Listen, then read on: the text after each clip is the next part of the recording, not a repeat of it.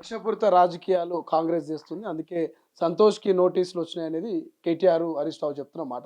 కక్షపూరిత రాజకీయాలు నేను చేస్తున్నా. రేవంత్ అన్న రిక్వెస్ట్ చేస్తున్నా. అన్న నీ దండం పెడతా. ఈళ్ళందరిని తీసుకెళ్ళి ఆ చెంచల్గూడ జైల్‌లో పడేయి. చక్కగా అయితారు ఈళ్ళు. ఎందుకనంటే వీళ్ళని బయట ఉంచితే రోజుకోటి మాట్లాడుతుర్రు వీళ్ళు. జనాలను పిచ్చోళ్ళని చేస్తుర్రు. ఈళ్ళకి పిచ్చి ముదిరింది. ఎందుకంటే దోచుకున్న సొమ్ముతోటి ఏం చేయాలో అర్థమైతలే. డైజెస్ట్ అయితలేదు దాంతోటి. కాబట్టి పదే పదే నీకు కాళ్ళల్లో కట్టెల లెక్క మారిండ్రు. నీ అభివృద్ధికి ఆటంకంగా మారిండ్రు. నువ్వు చేసే ప్రతి పనికి అవరోధులుగా అడ్డంకులుగా ఉన్నారు ఈళ్ళు. కాబట్టి ఈ బిల్లా రంగాలను తీసుకెళ్ళి అందులో పడేసేయి. దీనికి తోడు ఇవాళ ఆ సంతోషరావు కూడా జమ అయినాడు. దీనికి తోడు శిఖండి రూపకంలో వివిధ రూపాలలో వీళ్ళు కనబడుతున్నారు. ఈ శిఖండిని సురభి నాటకాలు వేసేటోళ్ళందరినీ తీసుకెళ్ళి నువ్వు చెంచల్గూడ జైల్లో పెట్టానా? కక్షపూరితం అంటారు కదా, కక్ష ఎందుకు చూపి ఒక్కసారి వీళ్ళకి అర్థమవుతుంది. అసలు సీరియస్‌నెస్ ఉందా ఈ ఫోన్ ట్యాపింగ్‌లో అనేది బీఆర్ఎస్ క్వెషన్. మీరేం చెప్తారు? ఒక డైలీ సీరియల్ లెక్క నడుస్తుంది అంటున్నారు వాళ్ళు. ఆమె ఇప్పుడు ఏదైనా ఒకటి గుర్తుపెట్టుకోవాలా. పాలనా పరంగా, అడ్మినిస్ట్రేషన్ పరంగా జరిగినటువంటి తప్పులలో కేసీఆర్ అనేది నెంబర్ 1. సో ఎప్పుడు కూడా డైరెక్ట్ నెంబర్ 1 దగ్గరకు దీనికి జరిగినటువంటి ఏమున్నదని ఇచ్చినటువంటి ప్రైమరీ ఎంక్వైరీ ద్వారా వచ్చినటువంటి ఆధారాలు బేస్ చేసుకొని ఒక్కొక్కరిని ఎంక్వైరీ చేస్తారు. అట్లా అఫీషియల్స్ని ఎంక్వైరీ అయిపోయింది. అఫీషియల్ తర్వాత పొలిటికల్గా ఎవరెవరు ఇన్వాల్వ్మెంట్ వాళ్ళ ఎంక్వైరీ అయిపోయింది. ఇప్పుడు కీ రోల్లో పనిచేసినటువంటి ఆ ముఠా నాయకుల్లో ఉన్నటువంటి 5గురిలో ఇవాళ 2 పోయొచ్చిరు. 3వ వ్యక్తి సంతోష్ రావు ఎలబోతున్నాడు 3 గంటలకి. నెక్స్ట్ ఎవరు ఉంటారు? ప్రైమ్గా ఉన్నటువంటి కేసీఆర్ ఉంటారు. నెంబర్ 1 ఆయనే కదా, ఆయన ఉంటారు. సో దీంట్లో నేనేం చెప్తున్నానంటే, మిమ్మల్ని కక్షపూరిత చేయాలనుకుంటే ఇవాళ ఆ రోజు ఫోన్ ట్యాపింగ్ జరగకపోతే ఈ ప్రభుత్వ మారగానే అంటే కేసీఆర్ పాలన మారగానే ఎందుకు అవి విధ్వంసం చేసినారు? ఆ యొక్క ఇన్ఫర్మేషన్ ఎందుకు మీరు ఆగం పట్టించినారు? ఆ కొత్త సాఫ్ట్వేర్ ఎక్కడి నుంచి తీసుకొచ్చినారు? ఎవరు పర్మిషన్తో తీసుకొచ్చినారు? ఇవాళ ఎవరు చిట్టీలు పంపితే మీరు వాళ్ళపైన ఎంక్వైరీ చేసినారు? వాళ్ళ ఫోన్లు ట్యాప్లు చేసినారు? ఎవడబ్బా సొమ్ము అని చెప్పేసి ఫోన్ ట్యాప్ చేసి ఇవాళ ఏమంటారు ఐటీ కంపెనీ యజమానులను అయి ఉండొచ్చు, ఫార్మా కంపెనీ యజమానులు అయి ఉండొచ్చు, ఇవాళ సినీ ఫీల్డ్కి సంబంధించినటువంటి వాళ్ళను ఇవాళ కోట్ల రూపాయలు బాండ్లు నీ పాటకు తెచ్చుకోవడానికి నువ్వు ఏం పొడిచినావు అని చెప్పేసి నీకు బాండ్లు వచ్చినాయి అని అడుగుతున్నాం. ఈ దేశానికి పొడిచినవా, ఈ రాష్ట్రానికి పొడిచినవా, లేకపోతే ఎవరికి పొడిచినవా అని చెప్పేసి నువ్వేం చేసినావు? కాబట్టి డెఫినెట్గా వీటి పట్ల ఎంక్వైరీ జరుగుతుంది. కాబట్టి అసలు గుట్టు బయటపడుతుందన్న భయంతో ఇవాళ పొలిటికల్ దాంట్లో రాజకీయ కోణంలో ఏదన్నా మాట్లాడితే వీళ్ళు గతం నుంచి మీరు గమనించినట్లయితే బిడ్డ జైలుకు పోతే తెలంగాణ ఆడబిడ్డలకు కష్టం వస్తుంది. కేసీఆర్కి నోటీసులు ఇస్తే తెలంగాణ ప్రజలకు నోటీసులు ఇచ్చి అంటారు. ఇవాళ హరీష్ రావుకి ఇస్తే ఇవాళ ఉద్యమకారులకు ఇచ్చినట్టు అని చెప్తారు. ఇవాళ కేటీఆర్కి ఇస్తే అయ్యో అసలు సిసలైన దోచుకున్న దానికి కేర్ ఆఫ్ అడ్రస్లో ఉన్నటువంటి కేటీఆర్ గారికి ఇది అప్రజాస్వామికం అని మాట్లాడతారు. ఇవాళ సీసాలు మూటలు మోసి పదవులు తెచ్చుకున్నటువంటి సంతోష్ రావుకి నోటీస్ ఇస్తే ఇది ఏమంటారు, మేము చేసినటువంటి వాళ్ళు చేసిన తప్పులు ఎత్తి చూపుతున్నాం కాబట్టి నోటీసులు కక్షపూరితం అంటున్నారు. నేనేమంటున్నా, మీరు నిజంగా సచ్చిళ్ళు అయితే తప్పు చేయకపోతే ఎంక్వైరీ పోండి. జరిగినటువంటి 6-7 గంటలు 8 గంటలు 10 గంటలు జరిగినటువంటి నేపథ్యంలో అఫీషియల్స్కి ఇచ్చే మీరు స్టేట్మెంట్ రికార్డ్ అవుతుంది. రికార్డ్ అయ్యే స్టేట్మెంట్ అయితే ఎవరు తుడిపేయలేడు కదా. సో ఆటోమేటిక్గా నువ్వేం చేసినావో, నువ్వేం తప్పు చేసినావో ఇచ్చినటువంటి వాంగ్మూల నేపథ్యంలో డేటా ముందు పెడతారు. ఆ డేటా ఒప్పుకుంటావో ఒప్పుకోవో తెలుస్తుంది. నువ్వు ఎందుకు పలానోనికి ఫోన్ చేసినావు, నువ్వు ఎందుకు పలానోని ఏమంటారు రికమెండ్ చేసినావు, ఎందుకు పలానోని నువ్వు రికార్డ్ చేయమని చెప్పినావు, ఇవే కదా అడుగుతుంది అఫీషియల్స్. సో ఇవన్నీ కూడా నీళ్ళకి నీళ్ళు పాలకు పాలు తేలుతాయి కదా, ఎందుకు భయపడుతున్నారు? మున్సిపల్ ఎన్నికలను ప్రజలను డైవర్ట్ చేయడానికే కాంగ్రెస్ పార్టీ ప్రతిపక్ష నాయకులకు నోటీసులు ఇస్తా ఉంది, ఇబ్బంది గురి చేస్తుంది అనేది ఇవాళ మాట. నిజమనుకోవాలా? బై ఎలక్షన్ ఇవాళ జూబ్లీ హిల్స్ ప్రజలు కాంగ్రెస్కి తిరిగి రిజల్ట్ ఇచ్చారు. లోకల్ బాడీ సర్పంచ్ ఎలక్షన్లు 70% కాంగ్రెస్ పార్టీ అభ్యర్థులను గెలిపించుకున్నారు. నెక్స్ట్ వచ్చే లోకల్ బాడీ మున్సిపాలిటీ కూడా కాంగ్రెస్కే ఉంటుంది కదా. ఇంకా దీంట్లో ఏమున్నది, దాంట్లో దాపరికం ఏమున్నది, మేము ఎవరిని మభ్య పెట్టాల్సిన అవసరం మాకేమున్నది? కాంగ్రెస్ కు కాన్ఫిడెన్స్ అనుకోవాలా, ఓవర్ కాన్ఫిడెన్స్ అనుకోవాలా? సో జనరల్గా మేము చేసేటువంటి సంక్షేమ పథకాలే మమ్మల్ని గెలిపిస్తున్నాయి. మేము ఇచ్చిన హామీలు కొన్ని పెండింగ్లే ఉన్నాయి. ఇప్పుడు తులం బంగారమో లేకపోతే కళ్యాణ లక్ష్మో అవన్నీ కూడా పెండింగ్లో 2,500 రూపాయలు పెన్షన్ల పెంపు కొన్ని పెండింగ్లో ఉన్నాయి. మీరు ఇచ్చినవి కూడా అమలు కాలేవు పూర్తి స్థాయిలో. అయినప్పటికీ మున్సిపల్లో మీరే అవా అంటున్నారు. ఇట్లా కాన్ఫిడెన్స్ అనుకోవాలి, ఓవర్ కాన్ఫిడెన్స్ అనుకోవాలి? కాన్ఫిడెన్స్ తమ్మి. ఎందుకంటే మాకు ఇచ్చిన మ్యాండేటరీ 5 years. 5 yearsలో మాకు 2 years కంప్లీట్ అయింది. ఇంకా 3 years ఉంది. నువ్వు చెప్పినటువంటి తులం బంగారం అయిండొచ్చు, స్కూటీ అయిండొచ్చు, ఇంకేమైనా అయిండొచ్చు. సో మేము మేనిఫెస్టోలో పెట్టిన దాని ప్రకారంగా డెఫినెట్గా అమలు చేస్తాం. ఆర్థికపరమైనటువంటి ఇబ్బందులు ఉన్నప్పుడు డెఫినెట్గా ఇల్లు గడవాలంటేనే అప్పుల పాలు ఉన్నప్పుడు బిడ్డలకు సర్దు చెప్తాం. 4 రోజులు ఆగు బిడ్డ, ఇది కాదు ఇది అయినాక ఇలా చేస్తామని చెప్తాం. ప్రభుత్వం కూడా అంతే కదా.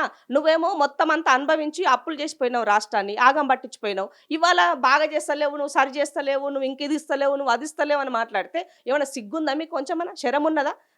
మీరు అంతా దాచుకున్న సొమ్మంతా తిరిగి ఇవ్వండి ఖజానాకి. క్షమాపణ చెప్పండి తెలంగాణ సమాజానికి. ఆ డబ్బులు ఇస్తే రేవంత్ అన్న 2500 ఏం కర్మ, 5000 కూడా ఇస్తాడు. దానికి ఏమున్నది నష్టం లేదు కదా. ప్రజల సొమ్ము ప్రజలకి మాకేం బాధండి కాదు కదా. మళ్ళీ అప్పు తీసుకొచ్చి ఆ అప్పును మళ్ళీ ఇవ్వడం ద్వారా ప్రజలపైన భారం పెంచిన వాళ్ళం అవుతాం. ఇవాళ నిత్యం ఇవ్వాల్సిన జీతభత్యాలు అయి ఉండొచ్చు, మినిమంగా ఇవ్వాల్సినటువంటి సదుపాయాల విషయం అయి ఉండొచ్చు, వాటికి అప్పులు చేసే పరిస్థితి వచ్చింది రాష్ట్రము మీరు చేసిన తిప్పల వల్ల. ఇవాళ మీ అప్పులు మాకు తిప్పలు అవుతున్నప్పుడు దాన్ని సరిచేస్తున్న క్రమంలో ఒక బాధ్యతాయుతమైనటువంటి అంటే ముఖ్యమంత్రిగా దీనిని అత్యధిక భారం వైపుకి కాకుండా ఇంకా ఏం చేస్తే నేను ఈ రాష్ట్రాన్ని బాగు చేయొచ్చు అని ఆలోచిస్తున్నాడు. ఏం చేస్తే విద్య బాగా ఇవ్వచ్చు అనుకుంటున్నాడు, ఏం చేస్తే ఎడ్యుకేషన్ బాగా ఇవ్వచ్చు అనుకుంటున్నాడు, ఏం చేస్తే హెల్త్ పరంగా ప్రజలకి మంచి సౌకర్యాలు ఇవ్వగలుగుతాను ఆలోచిస్తున్నాడు.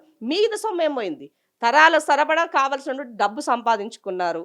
ఇవాళ మీకు రాజకీయాలు షో జస్ట్ పొలిటికల్ ఎంపవర్మెంట్ ఇవాళ మీకు మళ్ళీ కావాలన్న ఉద్దేశంతో పదే పదే ఆరోపణలు చేస్తున్నారు తప్ప దీంట్లో ఎలాంటి పస లేదు. 100% తెలంగాణ ప్రజలు ఓటు రూపేణా రేపు వచ్చేటువంటి మున్సిపల్లో చెప్తారన్నది వాళ్ళకి అర్థమైపోయింది. కాబట్టి దీనిని ఈ రకంగా ఎత్తుకొని పదే పదే మాట్లాడుతున్నారు. నోరు దగ్గర పెట్టుకోండి, ఒళ్ళు దగ్గర పెట్టుకోండి. నోటికి వచ్చినట్టు ముఠా మేస్త్రి అని, గుంపు మేస్త్రి అని రకరకాలుగా మాట్లాడుతారు. గుంపు మేస్త్రి గుంటనక్క ఒకటని కూడా కవిత చెప్తుంది కదా. ఎప్పుడైనా ఎక్కడైనా ఉంటుందా? ఆమె చెప్పాలి మరి ఆమె ఎవరికి మేస్త్రి అన్నది. వీరన్నిటికీ ముఠానాయకుడు ఎవరు? మీ నాయనే కదా, మీ నాయనే కదా. నువ్వు దయ్యాలని చెప్పినావు, ఆ దయ్యాలు వేదాలు వల్లిస్తున్నట్టుగానే ఉంది ఇప్పుడు నువ్వు చెప్పే ముచ్చట అంతా కూడా. 10 సంవత్సరాలు దోచుకుల్లో నీ భాగస్వామ్యం కూడా ఉంది. నీ ఆస్తులు పెరిగిన దాన్ని బట్టి కూడా చెప్పొచ్చు నువ్వు ఎంత సంపాదించినావు అనే దానికి. కాబట్టి అందుకే అన్న సురభి నాటకాలు బంద్ చేయండి. పదే పదే అవే మాట్లాడితే తెలంగాణ సమాజం మిమ్మల్ని హర్షించదు. ఇవాళ ఆమె పార్టీ పెట్టాలనుకుంటుంది, పెట్టాలనుకుంటే పెట్టుకో. కానీ కాంగ్రెస్ వాళ్ళని ఎందుకు ముఖ్యమంత్రికి ఎందుకు ఆపాదిస్తున్నావు అని అడుగుతున్నాను. ఇందాకేదో చూసా నేను, సంతోష్ రావు గారు గూఢాచారి అన్నావు. కరెక్టే, గూఢాచారే నీ అన్న, నీకు ప్రియమైన అన్న. మరి ప్రియమైన అన్నని ఇలా గూఢాచారిగా మాట్లాడుతున్నావు అంటే రేవంత్ రెడ్డి గూఢాచారి అంటున్నారు కదా. అదంటున్నా, రేవంత్ రెడ్డి గారికి అంటగడుతున్నాము. చేసినవన్నీ కూడా రేవంత్ రెడ్డి గారికి అంటగడుతున్నది. గూఢాచారి ఎవరో, దయ్యం ఎవరో, ఏమంటారు దేవుళ్ళు ఎవరో నువ్వే చెప్పినావు. అమెరికా దిగగానే నువ్వేం చెప్పినావు? మా నాయన చుట్టూ దయ్యాలున్నాయి అన్నావు. దయ్యాలలో మొదటి దయ్యాన్ని తేల్చినావు. ఆ మొదటి దయ్యం ఇవాళ మాకు గూఢాచారం చెప్తున్నావు. మాకెందుకు గూఢాచారం అవుతారు? ఆయన గోళీలు మందులు ఇచ్చి విశ్వాసానికి, కేసీఆర్ విశ్వాసానికి పాత్రుడై ఆయన రాజ్యసభ సీటు తెచ్చుకున్నాడు. ఇవాళ ఒక వనం అడవినంతా కూడా ఆయన చేతుల పెట్టుకొని వనం పేరుతోటి నాటకాలు ఆడిండు. ఇవాళ ఆ వనం నాటకాలు ఆడినప్పుడు ఉండొచ్చు, మిగతా సందర్భాల్లో ఉండొచ్చు, నీకు ప్రియమైన అన్న కదా, సొంత అన్న కన్నా కూడా సంతోష్ రావు కవితకు ప్రియమైన అన్న. మరి ప్రియమైన పైన మాట్లాడుతున్నావు అంటే నీ రాజకీయము ఎటువైపు పోతున్నది, నీ స్వార్థం కోసము ఎవరినైనా పుట్టిలో ముంచుతావని చెప్పబడుతుంది ఇక్కడ. కాబట్టి సంతోష్ రావు మాకు గూఢాచారిగా చేయాల్సినటువంటి అవసరం లేదు. రేవంత్ రెడ్డి గారికి ఆ ఇంటెలిజెన్స్ ఉంది. ప్రతిపక్షంలో మీరు చేసిన ప్రతి విషయాన్ని, నీ ఇంట్లో జరిగే ప్రతి ముచ్చటను కూడా రేవంత్ రెడ్డి పిసిసి ప్రెసిడెంట్గా బయట పెట్టినాడు కాబట్టి ప్రజలు విశ్వసించినారు. ఇవాళ నువ్వు మాట్లాడితే కొత్తగా వినేది ఏమీ లేదు. నీకేమైనా పంచాయతీ, నీ ఇంటి పంచాయతీ ఉంటే నీ ఇంట్లో తెలుసుకో. మాకెందుకు ఆపాదిస్తున్నావు కవితమ్మ? ఆలోచించుకో. మొన్నదో చెప్పినావు మా పిసిసి ప్రెసిడెంట్ గురించి, నీకే పదవి దిక్కులేదు. జాతీయ స్థాయిలో కన్వీనర్ పోస్ట్ ఇస్తా అంటున్నారు కదా, మంచి ఆఫర్ చేసింది పిసిసికి. ఏదో సామెత ఉంటుంది తెలంగాణలో, ఆరులు లేడు సూర్యుడు లేడు ఆలిపల్లం సోమలింగం అన్నట్టు. నీకే దిక్కులేదు, నీవేడున్నావో అర్థమవుతలేదు, నీ ప్లాట్ఫామ్ మీద అర్థమవుతలేదు. నీవు అంటారు ఒక ఎన్జిఓగా పనిచేయనికే నువ్వు దానికి పనికొస్తావు. పార్టీ పెట్టాలంటే నీ వెనక ఉన్నోడెవడు, నీ బలమేంది, నీ కథ ఏంది, నువ్వేం చేయాలనుకుంటున్నావు? నువ్వు ఎదగాలనుకుంటే ఎదుగు, దాన్ని ఎవరు తప్పు పట్టట్లా. కానీ మా పిసిసి ప్రెసిడెంట్కు, ఒక నేషనల్ కాంగ్రెస్ పార్టీ ప్రెసిడెంట్కు పొజిషన్ ఇచ్చే అంత రైట్ నీకున్నదా అమ్మా? ఆ స్థాయి నీకున్నదా? ఆ హోదా నీకున్నదా? పోనీ అట్లీస్ట్ నువ్వేం చేసినావని. ఆయన కింద యువజన ఎన్ఎస్యుఐ నుంచి ఎదిగించినటువంటి ఒక నాయకుడుగా ఉన్నాడు. మరి నువ్వేం చేసినావు? ఇంపోర్టెడ్గా వచ్చిన లీడరు, మీ నాయన పేరు చెప్పుకొని రాజకీయాలకు వచ్చినావు. మీ నాయన పేరుతోటి నీకు పదవులు, ఎమ్మెల్యే వచ్చింది, ఎంపీ వచ్చింది, ఇంకే ఎమ్మెల్సీ వచ్చింది. మరి మా మహేష్ అన్నకి ఏమొచ్చింది? ప్రజల పక్షాన పార్టీ కోసము లాయల్గా పనిచేస్తే పిసిసి ప్రెసిడెంట్ 40 సంవత్సరాలకు పిసిసి ప్రెసిడెంట్గా అవకాశం వచ్చింది. అది కూడా అక్కసుతోన. అవును, నువ్వు వస్తావని బేరాలు పంపినవేమో, అందుకే అన్నాడు మా అన్న. వస్తావని బేరాలు పంపితే మాకు అవసరం లేదు, నీ మరకలు మేము ఎందుకు అంటించుకోవాలి అన్నాడు. అది ఎట్లా తప్పవుతుంది? అంటే ఒక బీసీ బిడ్డ ఎదుగుతుంటే ఎదగలేవా, చూడలేవా? అంటే ఒక బీసీల గురించి నేను నిలబడి మాట్లాడతాను చెప్తున్నటువంటి కవిత గారికి, బీసీల పట్ల నేను నిలబడ్డాను చెప్తున్నట్టు కవిత గారికి, మరి మహేష్ గౌడ్ బీసీలకు కనబడలేదా నీకు? మాట్లాడే నైతిక నీకు ఎక్కడిది? నువ్వు ఏం చూసుకొని మాట్లాడుతున్నావు? అందుకే అంటున్నా, వాపును చూసి వాపును చూసి బల్పు అనుకోవద్దు.